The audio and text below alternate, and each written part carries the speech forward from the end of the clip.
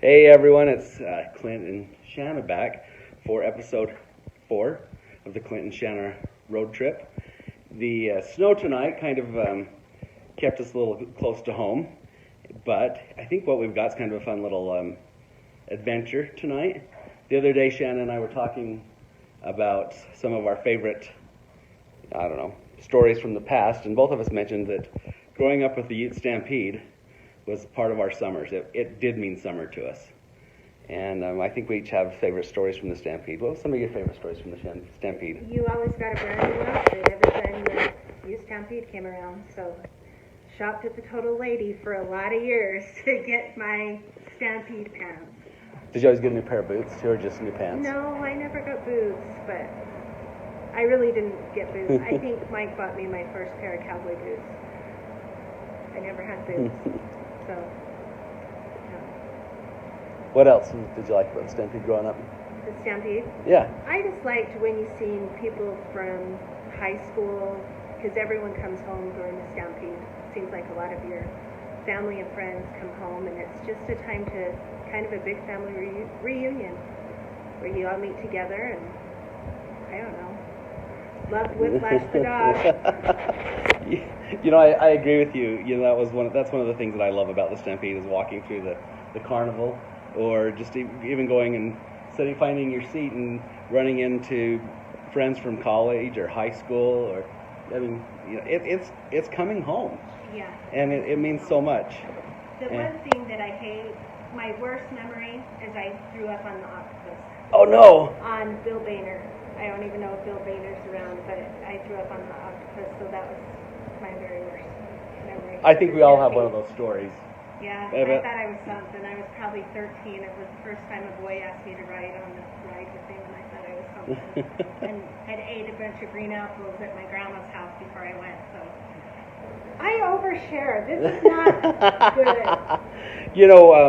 My story about that I'm probably not going to share, but I think I was probably with your husband, and it was on that one that you stand up and it spins. I can't remember what it's called, but I had that same incident. But I wasn't on the ride. I waited until I got off the ride. Oh, I was on the ride. I know how they clean. One of my vivid memories of the Stampede, the carnival, was when I was growing up. Was back when I was probably about 7, 8 years old, so this would have been 77, 78, there was the big fires out west. And I remember riding the Ferris wheel, where there was me and my mom and my older brother Paul. My 2 younger brothers, of course, weren't around yet. And we were on top of the Ferris wheel. I remember just looking out to the west and seeing the fires, and knowing that my dad, who was the county sheriff at the time, was out there somewhere. Mm-hmm. And I think it was a couple years after that they had the big bull that had jumped the fence on the south end of the arena, jumped the fence and decided he was going to go take rides in the carnival. Yeah, I remember that year. That was a fun year. Yep. So, anyway, the Stampede's always been a part of history for my family. It's meant summer to me as well. Yeah. And I've always said that one of the saddest days of summer was when I would watch, growing up, I lived down here by the fairgrounds, and growing up, my saddest day was always watching the carnival and the horses and the livestock as they left town. I would watch them all go up my road, and it was always the saddest day of summer because you knew it was over. Yeah. But it's true. It's just summer's over. Yep. Stampede, summer's over. Yep. So tonight, what we've done is we're actually down here at the Stampede office, and we're down here tonight with our Stampede president, Chris Mimmet, and we're going to flip the camera and we're going to talk to him a little bit about the history of the Stampede. So, Chris, why don't you give us a little bit of history about the Stampede? Well, there's a lot of history, to be honest with you, Clint, and we've had the opportunity tonight to talk about some of it. But the event started as the Black Hawk Encampment in 1935, and was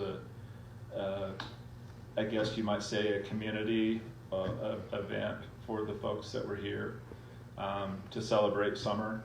And sometime through the years, it became an event that the farming community embraced, and they did so because it happens to fall right between the second and third crop, whether it be, I think mostly that relates to hay, to alfalfa, and I'm sure that there's going to be folks out there that watch this that say, oh, it's this or that, and that's what makes this event awesome. is we all have a little piece of it. We all have a little ownership of it. You talked a little bit in your earlier segment about the family reunion, I guess, culture. I've had the opportunity the last few days. We talked a lot of people that are in my class, and we're talking about doing, not necessarily do for a class reunion, but for other reasons we want to get together, and that just seems to be the time that everybody's focused on getting together and that kind of thing. So the event is very, very family oriented. The history, as you can see in this room, is we always get rave reviews of this room because of the history of the event from the standpoint of all of the different acts that have been here, all the different showmen, some of them in the height of their career, some of them on the back end of their career, and the ones we're most proud of are those that started their career here. So we actually have Troy Lerwell coming, not to jump into pimping our show. No. But we actually have Troy Lerwell coming this year, and he started his career here. And I remember the first time. It was so fun. Cotton gave him his first chance here and signed him up for a bunch of shows. And it's always fun. Troy's family. He'll tell you, it gives me goosebumps thinking about it. Yeah, I remember. He'll tell you his grandma came to the Stampede and won a car. We'll do one of these, and I'll have Troy here. It'll be fun. Oh, good. He'll tell you about his grandma winning a car at the Stampede. There's just so many stories about this event, so many things that tie us as a community to this event. It's like no other. So I don't know if that's much history, but that's kind of what came to mind. So I mean, anyone that watches it has their own history of the Stampede. yeah. Some people get married get engaged during the Stampede. Yeah. I really loved the last few years when you tied in. Well, my favorite part's been the flag forever. Yeah. But when you honor the military, because that's near and dear to my heart. And so when you do things like that, it just makes it extra special, I think. It's a great point. It happens to fall during the most patriotic time of our year, right after the 4th of July, right before the 24th. We've talked as a committee, we've talked lots about, does that still work? Have we worn that out? I've been on this committee longer than I want to admit, and we've never not done it. It's always been something. Now, there's been years where we've had other things happen, like floods and fires and different things, when we felt like we needed to honor some other folks, but we still always tied it into And yeah. I like that too. Yeah. There's always someone, but it's just really patriotic.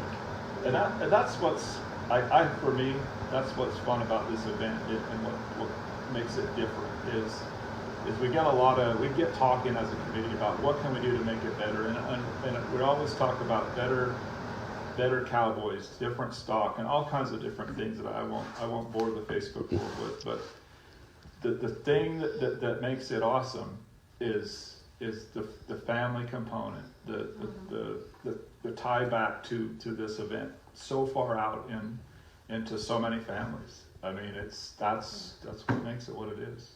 So. Yeah, that's great. Yes. So what got you involved, Chris? So, my grandpa Lauren Christensen was on the committee in the 60s.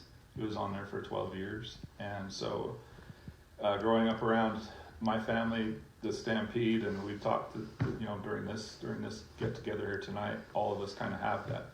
The Stampede's part of our summer, and it definitely was part of the Christensen summer, and then.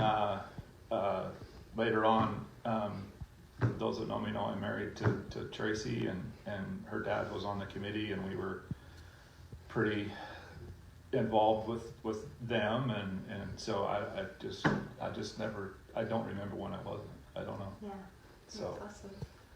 And I know your kids spend a lot of time helping out and stuff, and my son would like to think he was part of those. He He is. Yeah. His last name's Mehmet. He is my son. He is his son. Yeah, divulging family secrets. Just definitely is. Yeah, but he loves rodeo, and that's what. It's because of the Stampede. Yeah. And we talked about that a little bit earlier as well with Cody. Cody's one of those kids that you know, this event triggered his love for rodeo in general. Mm-hmm. He would never probably think of not coming to this show. No, and a lot of us are wired that way, and so we arrange our life around the Stampede, and I'm being totally honest. So yeah, it's you know, going back to the history, Clint, it's so important to our event or to our town, and it's such an important event to our town.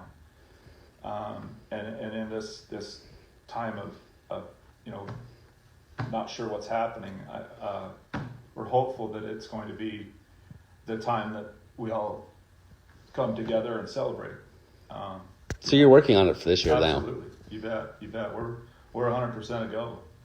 That's good. That's hope. We've got Troy, like I said, we've got Troy coming. We actually do have Whiplash coming. So, whoa, Whiplash! I've challenged many folks out there might have noticed last year we had an addition to our announcing crew. Mike's family, Mike Mathis's family, will always have Mike, but we added Anthony Lucia, and those of you who don't know, Anthony's dad, Tommy, was the original trainer for Whiplash. Oh, really? And so I've challenged, this is probably going to go out to him, and he's probably going to be calling me, but that's okay. I've challenged him to do the very best and the only delivery of Whiplash at the Ute Stampede that can be done only by Anthony Lucia. No pressure, Anthony. So, anyway, yeah, we're excited about our year. We got lots of stuff planned. So good. Why don't you give us the dates of the Stampede this year? So yeah, good point. We're a little bit later. We're 16, 17, 18 of July this year, which is going to put us right up against the 24th rodeos, and we're hoping that that's going to help us with gathering up a couple other cowboys. And one other thing I'll throw in there, our friends and family from Flying U are going to be here again, but we're also inviting our friends from over the hill. Barty's going to be here to help us this year too. So yeah, we're excited about that. They've wanted to be here for a while, and so they're gonna come over and help a little bit and see what happens. So good. Yeah. Well, Clint, do you want to sit in my seat? No, I think I'm good. You know, I appreciate Chris. Appreciate you helping us out tonight and everything. I think, you know, as we've talked about it, it is a whole community event. It is the community, and you know, the Stampede is such an important part of it. And to me, when you hear the Stampede or say the word Stampede, and hear the train, you think of the train because you know somebody always parks their car on the tracks, but you know, to me, it's not just the rodeo. I mean, I love the rodeo, but there's the carnival, there's the parades, there's the breakfast in the park that the Lions Club has done. It's just a whole aspect of the craft show. You know, it's just the whole aspect of the community coming together to do things together. And to me, that's one of the important parts about the Stampede is the bringing the community together. And I thank you guys for putting it together, and I'm looking forward to it this year. Yes, thank you so much for all the time and effort. Yeah, and you know, the committee's really, there's seven of us, 6 other guys, the hardest working committee in the PRCA. I'm convinced of it. So it's really thanks to them, really. So, but thank you for the opportunity to be part of your road show. Appreciate it. Yeah, sure you do. I do. Okay. All right. Well, thanks, you guys. Thank you.